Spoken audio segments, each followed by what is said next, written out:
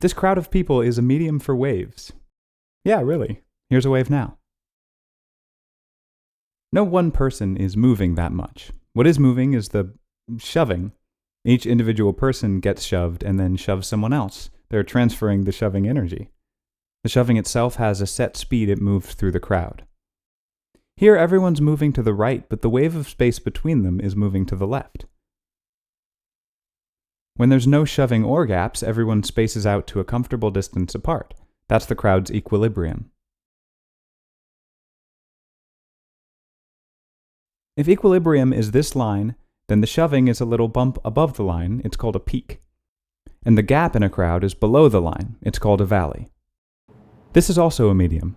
It's an equilibrium. Hello. Hi, Randon. It's an equilibrium right now. Peak, valley. That is a boundary. It stops waves from moving in that direction. What happens if I send a peak to it? The wave bounces, and it gets turned into a valley coming back. Every action has an equal opposite reaction. Every upward force against a knot is met with a downward force, and vice versa. My hand is also a boundary. If I make one wave, then hold still, that wave bounces back and forth between the boundaries. Just like any medium, the rope has a set speed that waves move through it, and there's a set distance between the two boundaries. That's the distance and the rate. Using them, we can figure out the time, how long until a wave reflects. It always takes 0.26 seconds to go from one end to the other. When it reflects the first time, it goes from peak to valley, and the second time, it reflects back to a peak. So the wave actually takes 2 reflections to get back to where it started. The wave resets every 0.52 seconds. Another way of saying that is every minute, there are around 115 oscillations. So the resonant frequency of the rope is 115 oscillations per minute. What does resonance mean? If I shake the rope at some random frequency, I get nothing good. But if I shake it at the resonant frequency, 115 per minute, it works out nicely. It's like pushing a swing. If you time your pushes right, you're only ever adding to the swinging motion that's already there. Each wave I make adds to the reflections of my earlier waves. Waves move a lot faster through a tight guitar string. This string's resonant frequency is 100 oscillations per second. When there's a tone playing at that frequency, the string resonates with it. So even if I turn the speaker off, it keeps playing. But if I pluck it, that's just one wave bouncing back and forth, and it still manages to make that frequency because the reflections happen 100 times a second anyway.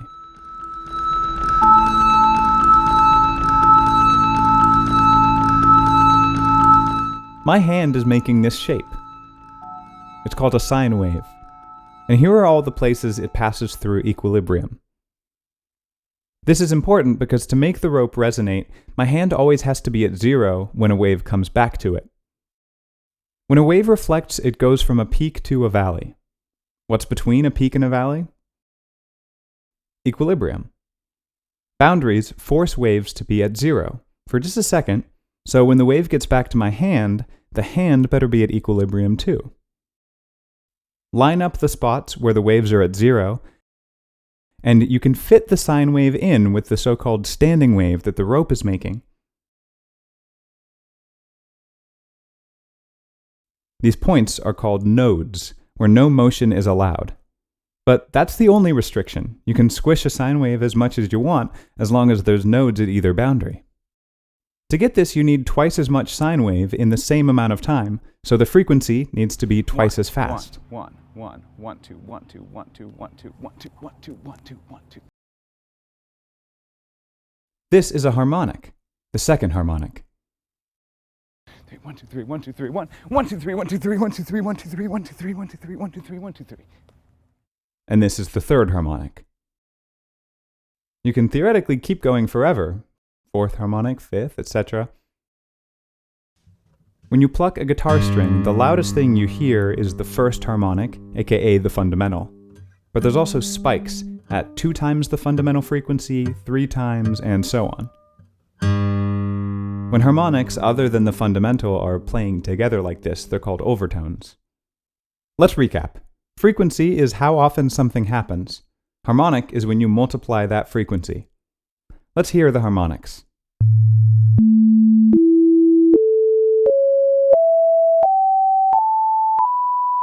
Okay, so all the powers of 2 sound like they belong in a set. Not exactly the same, but not like an entirely new note. And 3 sounds the same as 6. The number 2 doesn't change the color of the note. It just changes the register. These represent 1 times the fundamental, 3 times, and so on. The fundamental can be whatever we want. What matters is the multiplication that we do to it. And the only notes that sound new are the odd-numbered ones. Nobody can really sing that range. At least, it's not pretty. Besides, 2 is a free number. It doesn't change anything except the register. So let's get them all in the same register. 3 over 2, 5 over 4, and 7 over 4. That's 1 1/2, 1 1/4, and 1 3/4. All fractions between 1 and 2. From here on out, we're working with fractions like this, rather than straight-ahead integer multiples like harmonics are. But these fractions keep the same quality and color as the harmonics that they correspond with. You might recognize that as a dominant 7th chord, but we'll get to that.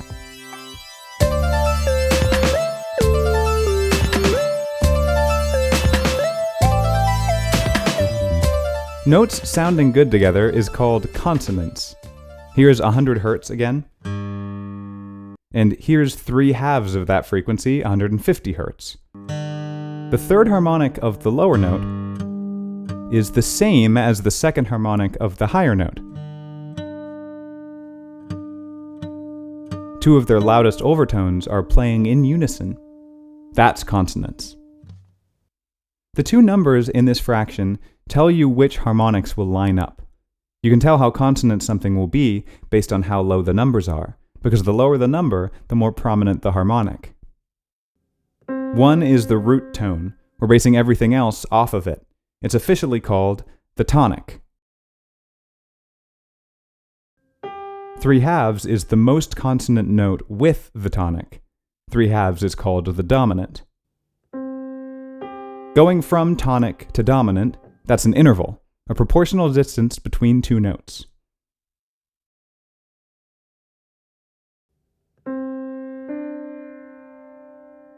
This interval, 9 over 8, is a weird one because its numbers aren't very low, so it shouldn't be that consonant with 1, the tonic. But it's not just related to the tonic.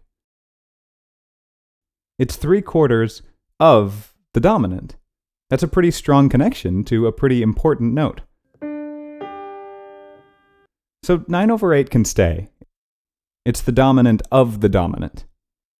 Here's 1, 9/8, 5/4, 3/2, and 7/4.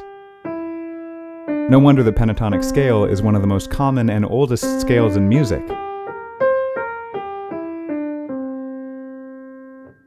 But where did we get the rest of the keys? Well, every interval has an inverse. 3/2 of 2 pencils is 3 pencils, right? Tonic, dominant. But what about starting from the dominant? If we go back down to the tonic, we have 2 out of 3 pencils, 2/3. If we start from 3 and go up to 4, which would be the higher tonic, it's 4 out of 3. Whatever you do, starting from 3 pencils, 3 is in the denominator of the fraction. It's literally an inversion, both of the interval and of the fraction.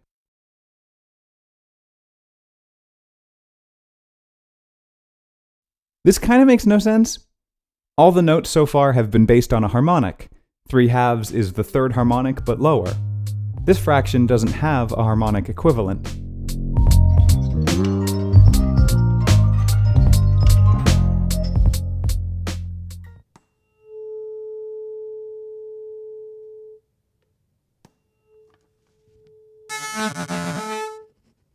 All those aberrations you just heard were lower than the pitch of the tuning fork, half or 1/3 or 1/4, etc.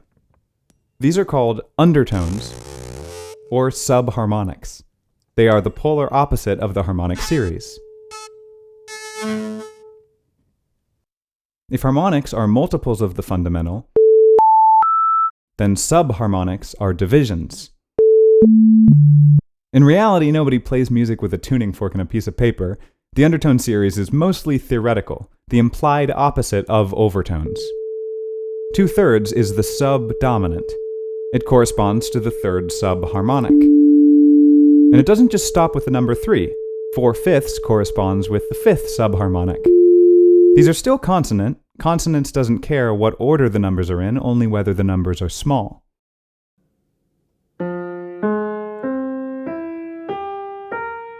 I want to try something.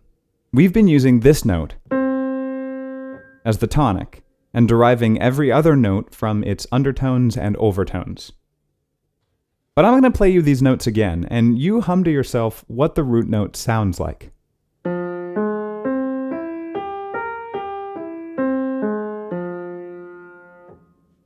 What did you hum? Was it this? It is for me. This whole time, 1 has been the note we use to find new notes, as well as being the most important sounding one. But that's not true anymore. 2/3 sounds more important here. So we could call it the tonic. That's called modulation, by the way. Here's all the notes as they were before, but we just heard 2/3, the subdominant, steal the role of tonic. And we're going to have to come up with new fractions for all these notes as they relate to the new tonic. But that sounds hard. Let's take a break first.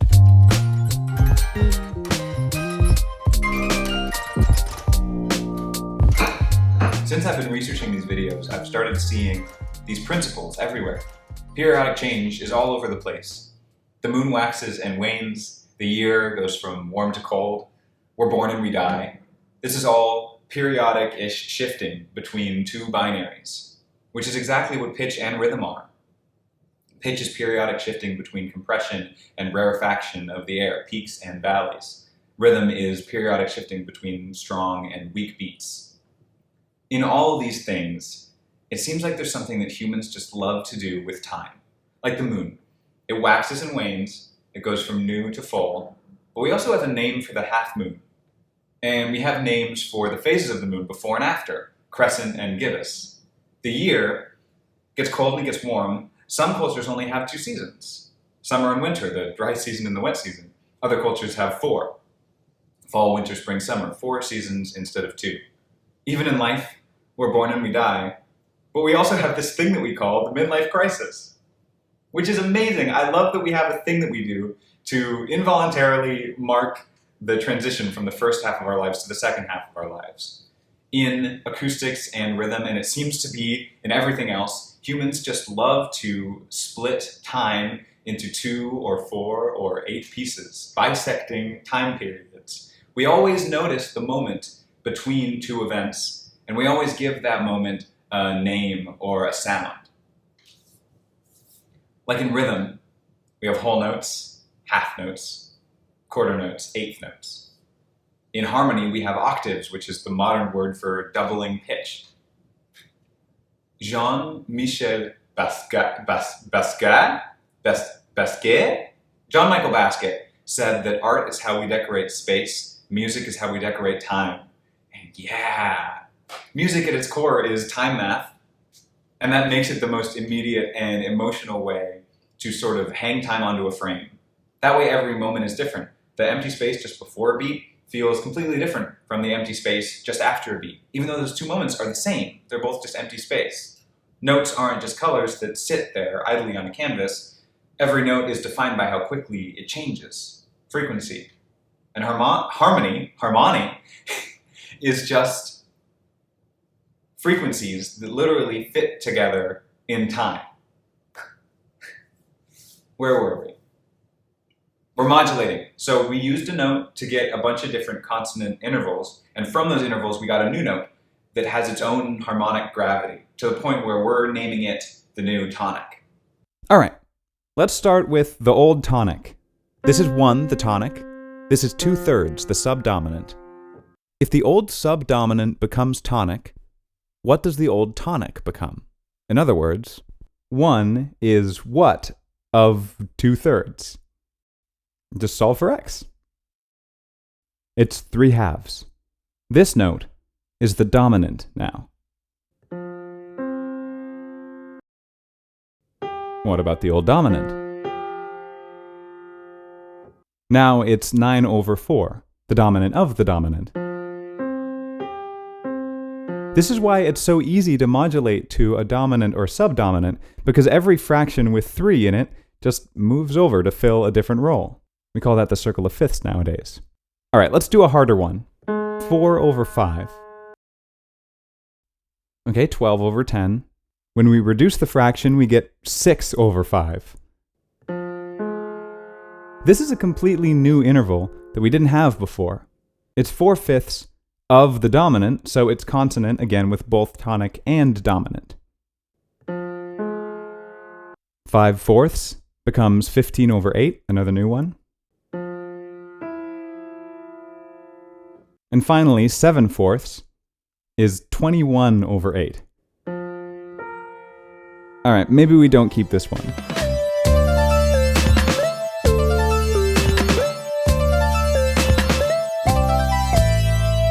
That was all pretty objective and universal. This is where it starts to get subjective and specific. There's so much you can do with these principles, but here's how it applies to what you hear on the radio. You can split the distance between two tonics with either 3/2 and then 4/3, or 4/3 and then 3/2. Likewise, there's two kinds of triads. You can split the distance between tonic and dominant with 5/4 and then 6/5, or 6/5 and then 5/4. The first is based on overtones. It's called a major triad, a triad being a 3-note chord. The second borrows from the Undertones series. It's a minor triad. Now we can start to see why these notes are called a dominant seventh. Starting from the dominant, if you play them all out as a chord, there's a lot of tension there. Tension that resolves when you go to the tonic. A progression of chords like this is called a cadence. This specific one is called an authentic cadence in Western music theory.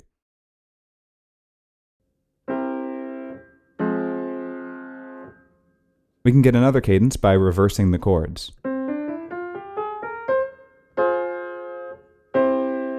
The same two triads, but in the opposite order. The minor is subdominant, and the major is tonic. That's called a plagal cadence.